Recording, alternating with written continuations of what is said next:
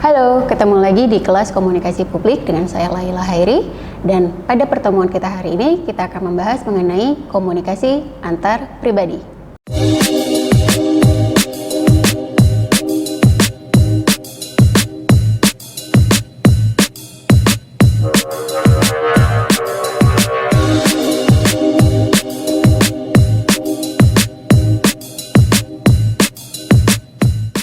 Oke, sebelum kita masuk membahas lebih jauh mengenai komunikasi antar pribadi, kita lihat dulu cuplikan video ini yuk.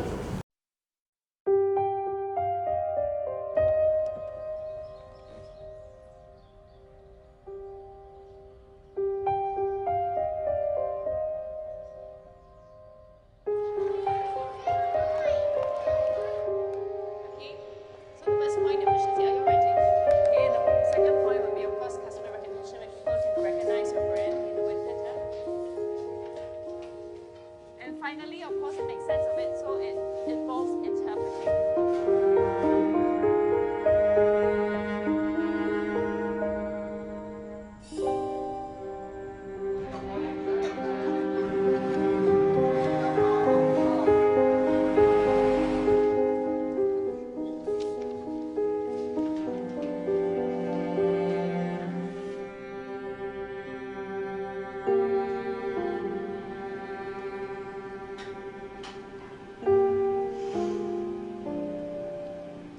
What happened, Edwin?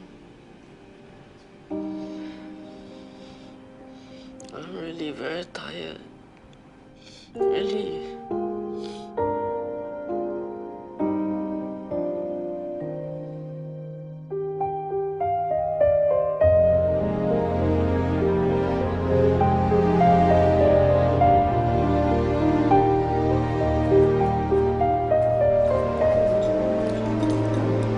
Thank you for dinner, Mrs. Chong. You're welcome. You can treat me when you're successful.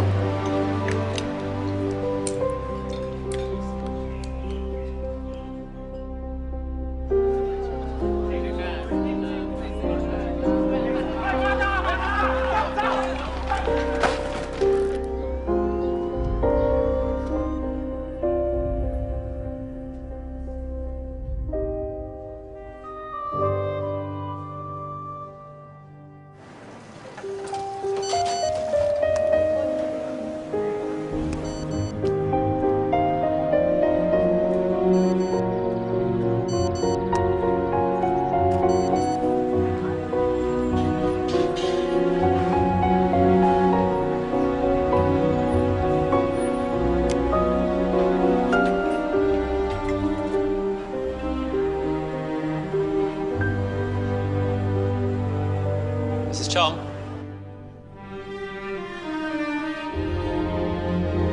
It's time for dinner.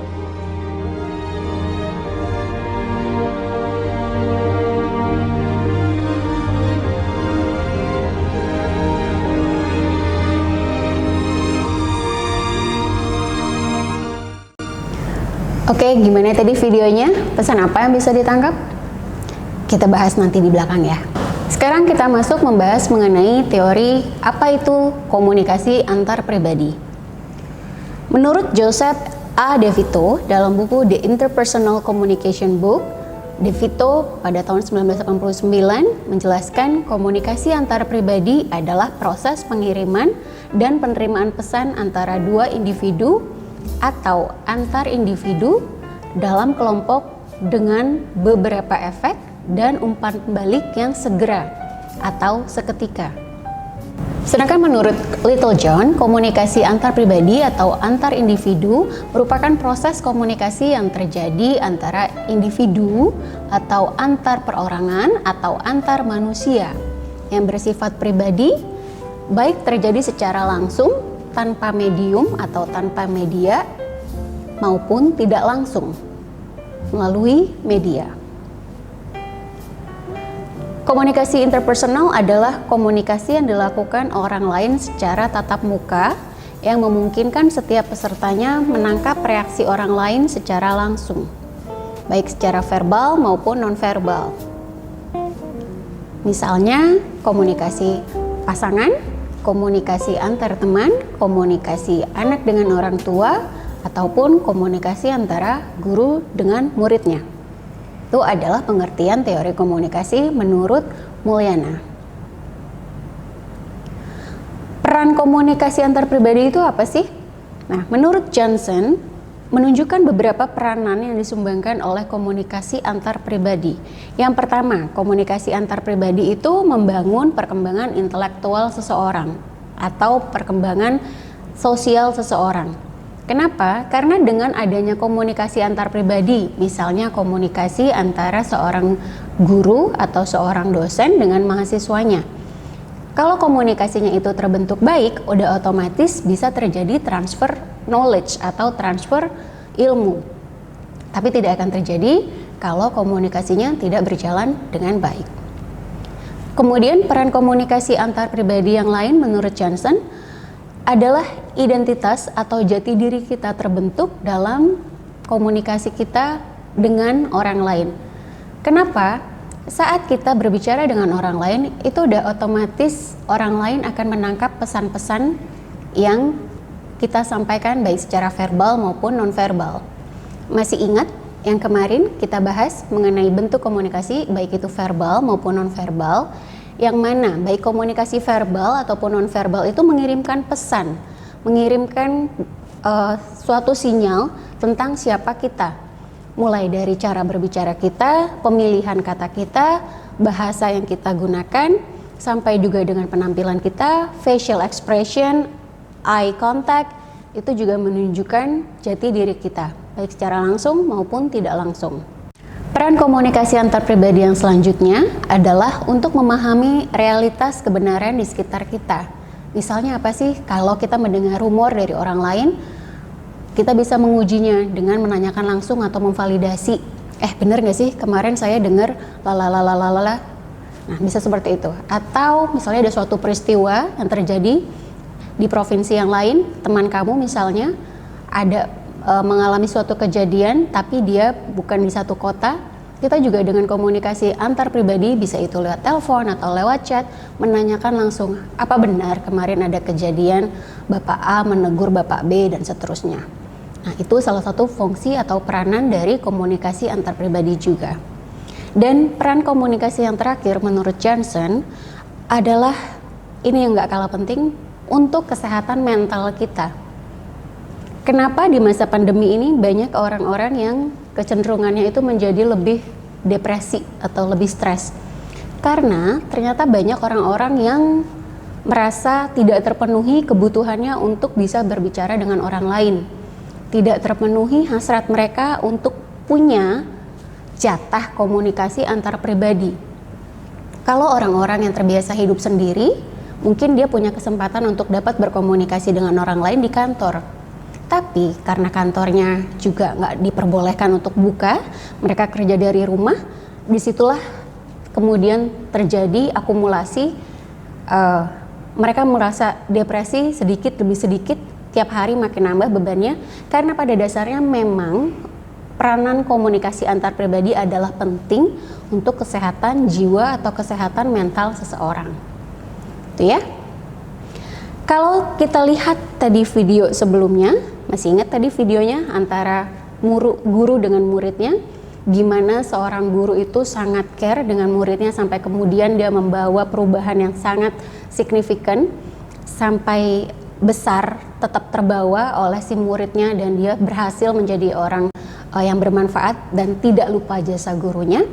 Di situ juga bisa kita lihat di mana ada significant others atau significant figures dalam hidup kita yang mungkin yang bisa masuk ke dalam private zone kita untuk bisa berbicara secara langsung melalui komunikasi antar pribadi. Setiap orang biasanya selalu punya significant figures yang dimana saat dia down, saat dia depresi, saat dia sedih, orang tersebut yang pertama kali diingat.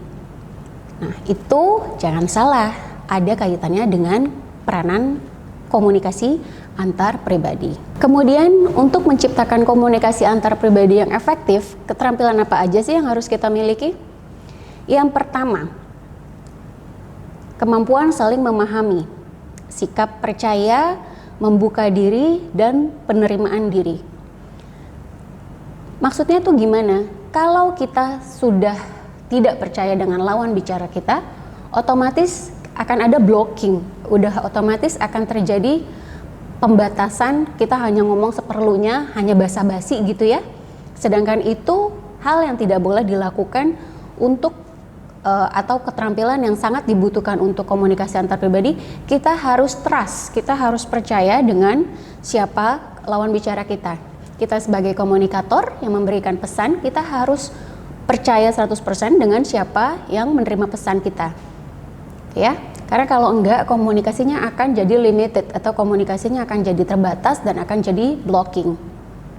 Dan kitanya juga membuka diri dalam arti setiap kita komunikasi dengan orang lain, jangan kitanya ini seperti pakai seperti pakai sekat gitu, atau kita ya walaupun sekarang mesti pakai masker ataupun pakai face shield, tapi tetap orang akan tetap merasakan vibe kita, merasakan energi kita kalau kita membuka diri untuk diajak bicara gitu. Kalau misalnya udah pasang earphone duluan atau mukanya fokus, oh berarti emang dia nggak pingin diajak bicara, otomatis sinyalnya yang terkirim seperti itu.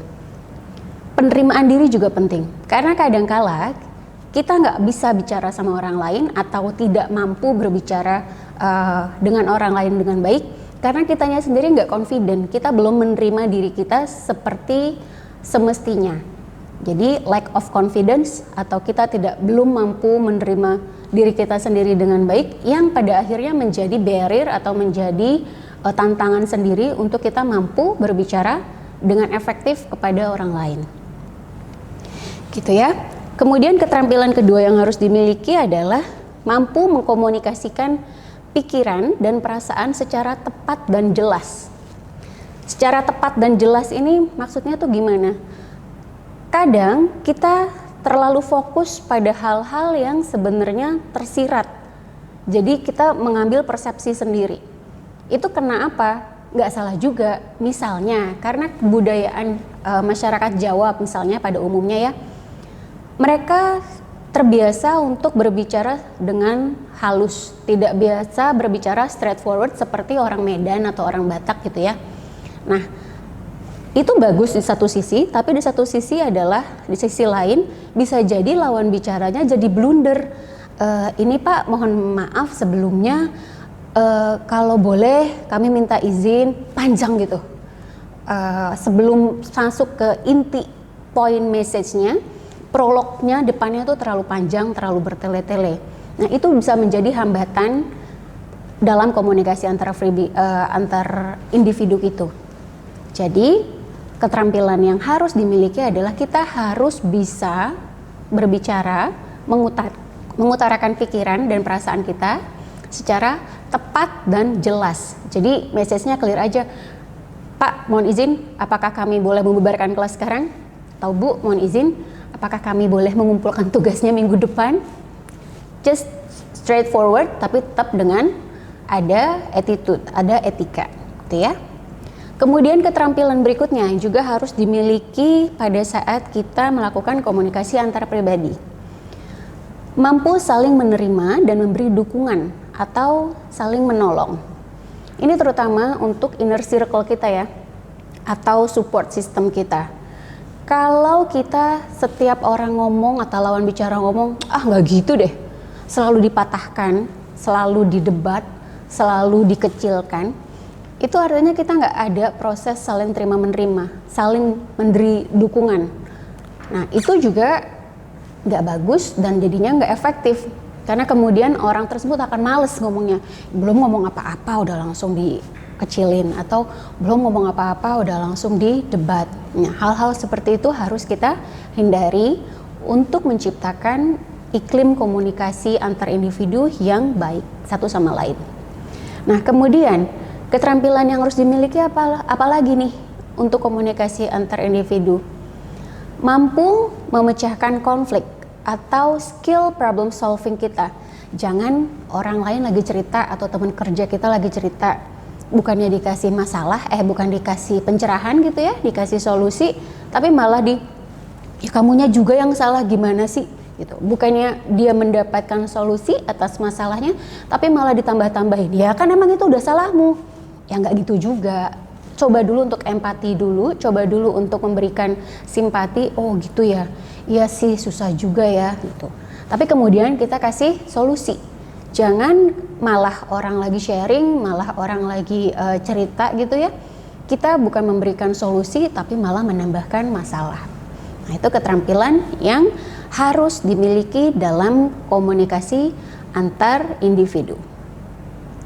Jalaluddin Rahmat pada tahun 1994 meyakini bahwa komunikasi antar pribadi dipengaruhi yang pertama oleh persepsi interpersonal, kemudian konsep diri, atraksi interpersonal, dan hubungan interpersonal. Persepsi interpersonal. Persepsi adalah memberikan makna atau stimuli indrawi atau menafsirkan informasi indrawi. Persepsi interpersonal adalah memberikan makna dari panca indera kita, misalnya pas dari saat dia masuk, misalnya gini, pas kalian karena kita sekarang ketemunya nggak di kelas ya, jadi indrawinya mungkin yang bisa dipakai ya sebatas penglihatan dan pendengaran gitu ya. Saat kamu ngelihat ada seseorang masuk ke dalam ruangan, itu udah otomatis persepsi stimuli indrawinya udah mulai bekerja. Dari cara berjalannya, dari cara berpakaiannya, dari cara senyumnya, dari apa yang dia bawa, itu semua sudah menimbulkan persepsi di dalam kepala kita. Baik itu pesan yang disampaikan verbal, ih ngomongnya kasar banget, atau ih suaranya halus ya. Nah, itu juga merupakan pesan indrawi berupa verbal yang bisa kita tangkap.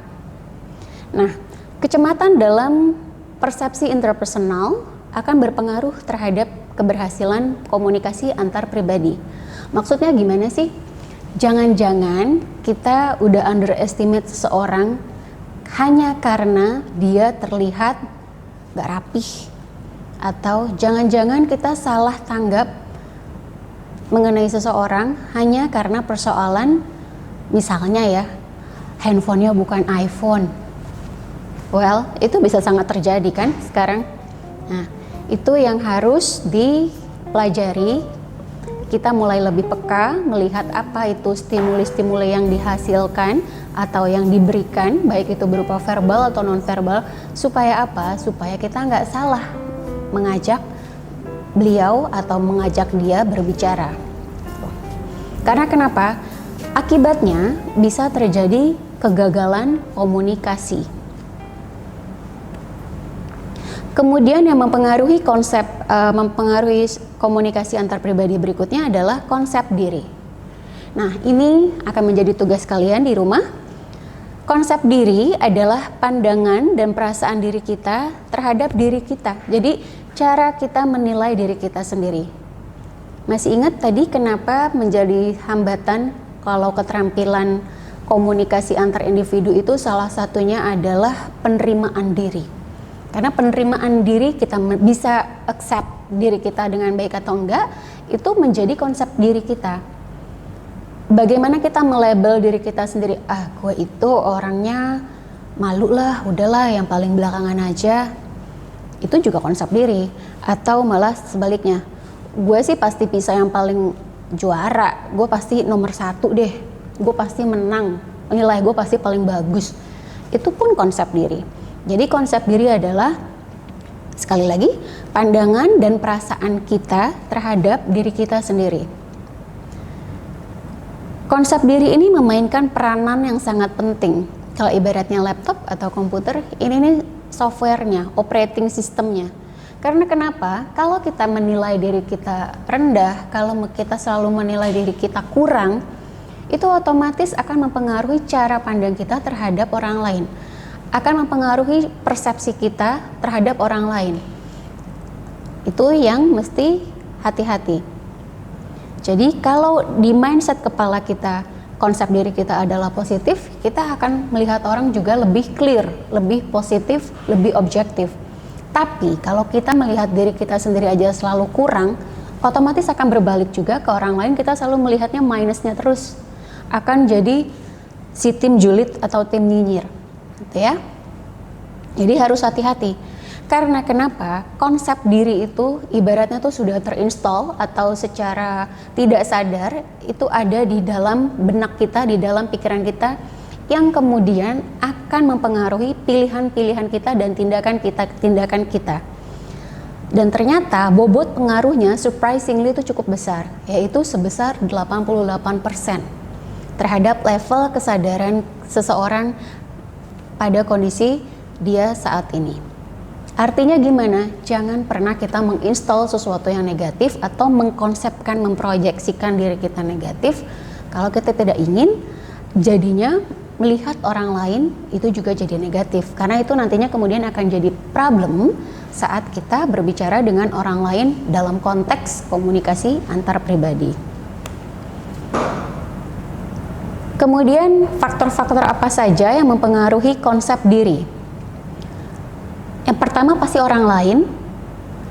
Faktor yang mempengaruhi konsep diri itu yang paling penting terutama adalah keluarga, orang tua, adik, kakak, keluarga inti kita. Karena pola asuh itu juga membentuk, mengambil peranan yang sangat besar terhadap konsep diri seseorang. Kalau dia di rumahnya selalu dibesarkan hatinya, selalu merasa disupport, dia akan menjadi positif dan akan menjadi pribadi yang menyenangkan.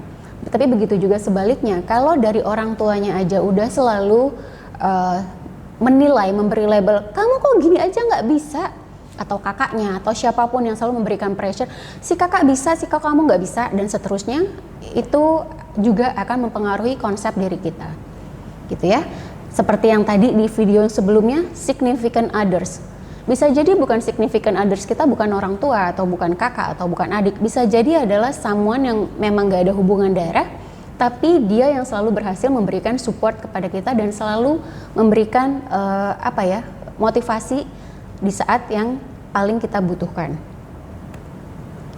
Kemudian konsep diri juga dipengaruhi oleh kelompok acuan atau reference group. Baik itu di sekolah maupun di luar, biasanya kita punya lingkaran pertemanan atau geng gitu istilahnya ya. Nah, kelompok acuan tersebut itu juga secara nggak langsung membentuk konsep diri kita. Teman-teman gue mah gaul semua, sorry nih.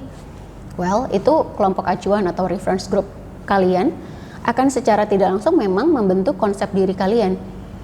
Tapi kemudian, kalau aku mah anaknya senang di rumah aja, belajar aja, makanya teman-teman aku juga yang semuanya yang aku pilihnya yang senang baca buku doang. Ya itu juga nggak apa-apa, tapi itu memang mempengaruhi konsep diri seseorang. Makanya ada yang bilang harus hati-hati dengan memilih teman. Kalau temannya, apa istilahnya? Kalau temannya itu jualan minyak wangi, kita ikut wangi. Tapi kalau temannya jualan ikan, ini no hard feeling dengan yang jualan ikan atau anak nelayan atau apapun ya, hanya peribahasa, juga ikut menjadi kecium baunya gitu ya. Nah, makanya harus hati-hati dengan kelompok acuan. Kalau memang kita nggak nyaman di dalam kelompok yang kerjanya cuma pamer handphone terus, atau kerjanya cuma beli makeup baru terus, yang nggak masalah, jadilah diri kamu sendiri. Kalau konsep diri itu ternyata tidak ngerasa tidak pas atau tidak nyaman, ya just keluar aja dari situ dan cari lingkungan baru. Karena kelompok acuan atau reference group itu sangat penting dengan konsep diri kita sendiri.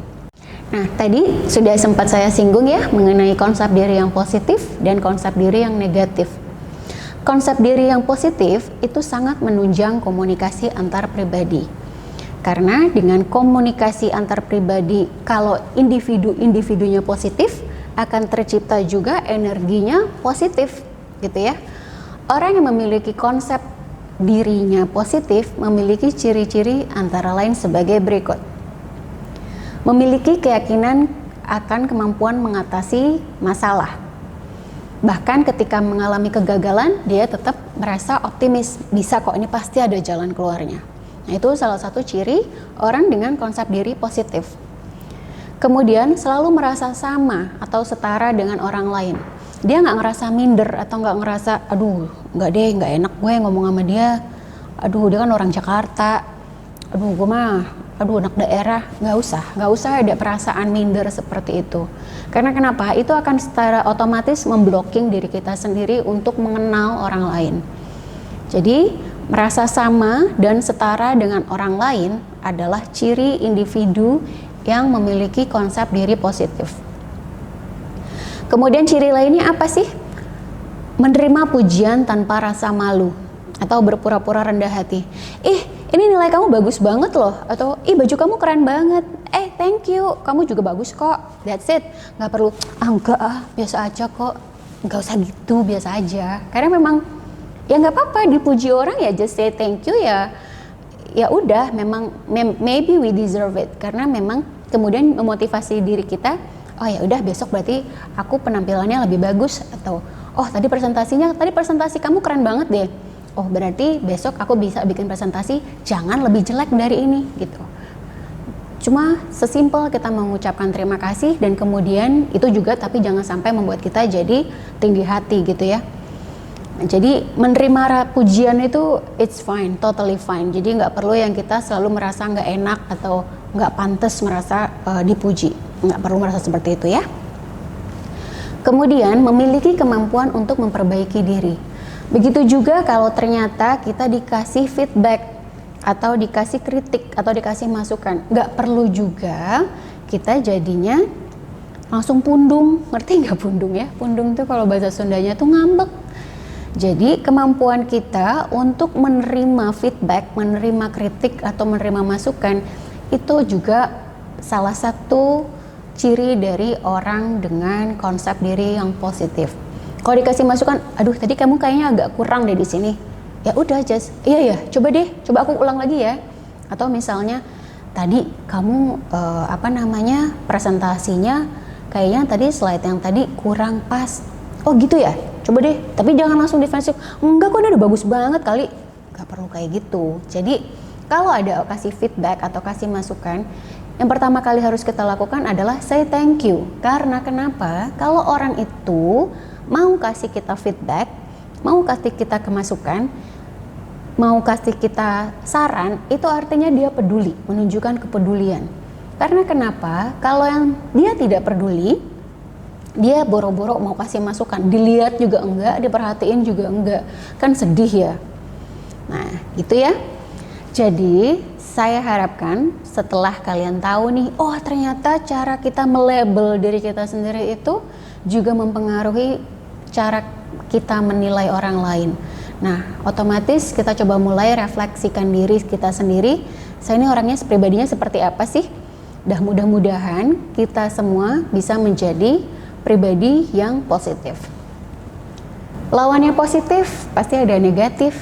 Nah, konsep orang dengan konsep diri yang negatif bisa juga kalau sekarang lebih sering didengarnya itu sebagai apa? Toxic. Kenapa jadi toxic? Karena nggak enak deket-deket dengan orang yang konsep dirinya negatif. Konsep diri negatif tuh apa sih contohnya?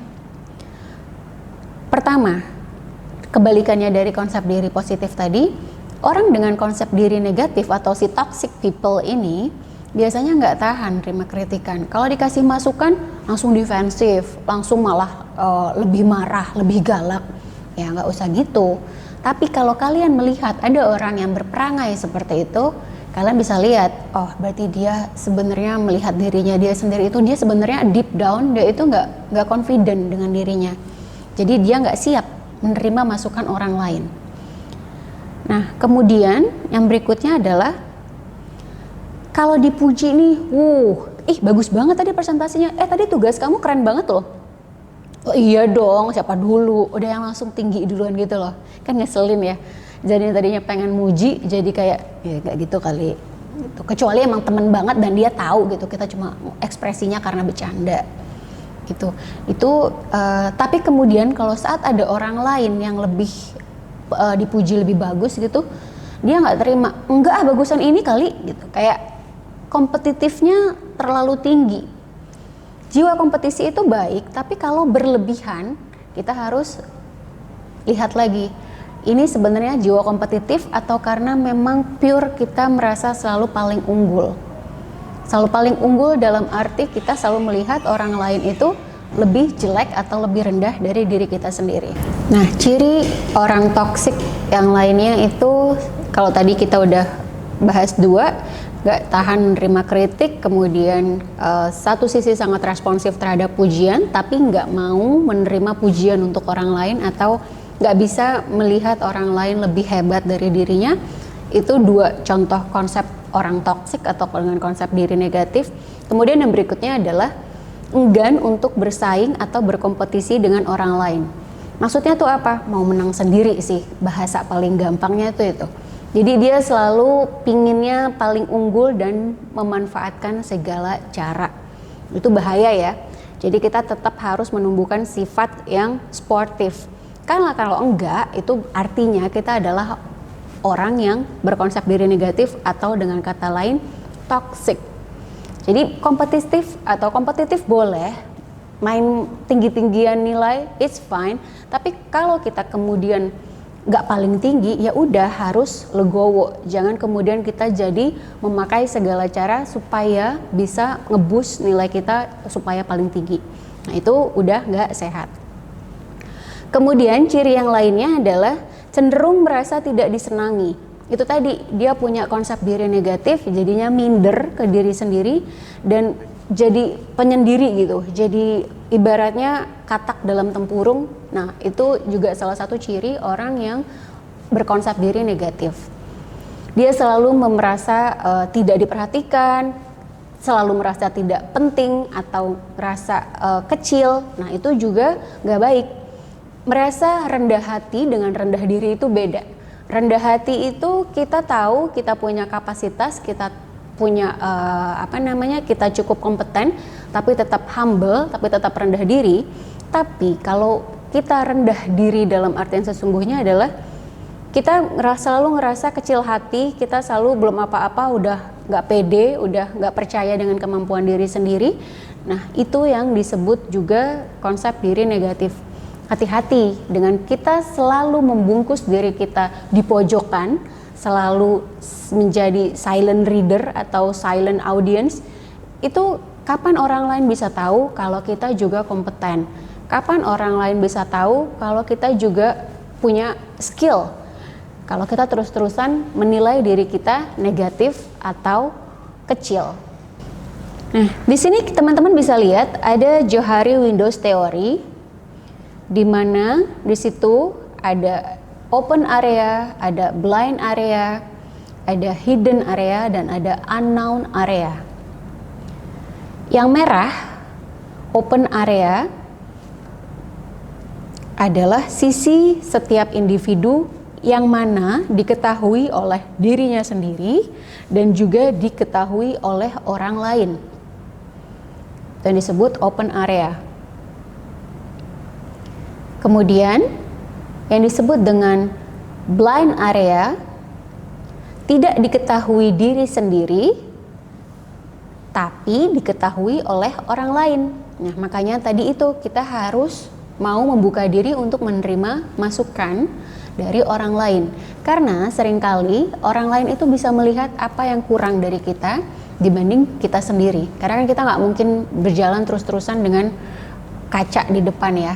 Atau kita selalu ngerasa kepedean kalau kita selalu benar, kita selalu bagus. Nah, itu juga nggak baik ya. Ada juga yang area yang biru, hidden area. Diketahui diri sendiri, tapi tidak diketahui oleh orang lain. Everybody have their own secret. Yang nggak semuanya juga kita bisa ceritakan ke orang lain. Nah, ini yang disebut hidden area, atau ada hal-hal tertentu yang kita hanya ingin keep untuk diri kita sendiri dan tidak diketahui oleh orang lain. Dan yang terakhir yang di gray area atau di area yang warna hijau itu disebut unknown area. Sesuatu hal yang tidak diketahui oleh diri sendiri maupun orang lain. Yang tahu terus siapa, Bu? Yang tahu hanyalah Tuhan. Unknown area. Faith, kita harus punya kepercayaan, kita harus punya keyakinan kalau misalnya masa depan kita baik. Walaupun masa depan yaitu sepenuhnya bukan kita yang tahu atau orang lain yang tahu. Itu konsep dari teori Johari Windows. Pada prinsipnya, area satu orang yang introvert atau orang yang ekstrovert. Orang yang introvert otomatis open areanya atau area yang merahnya itu lebih sedikit dibanding dengan orang yang ekstrovert. Kalau orang ekstrovert mungkin yang dominan adalah area yang open area. Ya nggak masalah, semua orang tahu hidupnya sehari-hari. Dan itu terjadi apalagi sekarang di era digital sosial seperti sekarang. Udah hampir nggak ada yang terlalu pribadi kecuali memang kita memilih untuk menjadikannya sebagai privacy. Karena kenapa? Sekarang semua orang udah lebih terbuka men-share apa yang dilakukan sehari-hari, baik itu misalnya sesimpel apa yang dia lakukan hari ini, apa yang dia beli hari ini, apa yang dia makan hari ini. Open areanya udah semakin terbuka, atau orang menjadi lebih confident untuk menunjukkan jati dirinya dia dengan kegiatannya dia sehari-hari dengan di-share di media sosial gitu ya. Nah, sedangkan orang yang introvert itu kebalikannya. Orang yang introvert itu lebih banyak area blind, area hiddennya. Hidden areanya atau yang birunya itu lebih besar. Diketahui diri sendiri tapi tidak diketahui oleh orang lain. Dia penuh misteri hidupnya, orang introvert itu. Karena memang kenapa? Karena memang dia memilih untuk tidak men-share. Dan which is itu nggak apa-apa dan itu nggak salah, karena itu adalah hak prerogatifnya dari individu. Nah, makanya kalau kamu punya teman atau ketemu orang yang memang kebetulan introvert, kemudian juga jangan jadi annoying, selalu kepo yang berlebihan, selalu ingin tahu hal-hal yang sifatnya pribadi yang dia sendiri tidak nyaman untuk share, gitu ya. Orang yang terbuka atau orang yang mempunyai konsep diri yang positif otomatis akan menjadi lebih terbuka dengan informasi, lebih terbuka untuk mengenal orang lain, dan kemudian impactnya apa? Orang juga akan lebih nyaman menyampaikan sesuatu. Misalnya nih, ada dua orang, si A sama si B gitu ya. Si A orangnya selalu mau menyapa duluan, pagi Pak, siang Pak, dan dengan muka yang semangat. Satu lagi, si B, let's say si Berry gitu ya namanya. Si Berry ini justru lebih kalau bisa menghindari tatap muka langsung sama orang lain. Walaupun dia tahu itu atasannya, aduh ada si Pak B, Pak siapalah. Dia langsung nunduk, langsung pura-pura sibuk. Nah, kemudian sinyal-sinyal itu kalau terus-terusan terjadi, otomatis juga akan ditangkap oleh si bapak atasannya ini dong. Nah, kemudian saat dia membutuhkan orang lain, membutuhkan tim yang support pekerjaannya, siapa yang akan dipilih? Si A yang lebih open, si A yang selalu terbuka dan selalu ramah sama orang lain, atau si B, si Berry ini yang selalu menghindari kontak dengan orang lain dan cenderung untuk masuk di kubikel pojokan yang gak kelihatan sama orang. Kayaknya kemungkinan besar adalah si A ya. Karena kenapa? Orang akan lebih mudah percaya, orang akan lebih mudah berkomunikasinya. Nah, jadi untuk kalian yang ngerasa dirinya, aduh saya tuh introvert parah deh Bu, nanti saya takut disalahin, nanti kalau salah gimana? Kan kalau nggak ada noda nggak belajar, kata iklan ya. Artinya apa? Jangan pernah takut salah, apalagi kalian juga masih di usia yang lumayan muda, masih banyak kesempatan untuk belajar. Jangan pernah takut salah dan selalu mau memperbaiki diri, itu adalah kuncinya. Oke teman-teman, sekian kelas saya hari ini mengenai komunikasi antar pribadi. Jangan lupa tugasnya untuk bikin tulisan mengenai konsep diri kalian masing-masing dan dikumpulkan ya. And again, don't be toxic people. Thank you.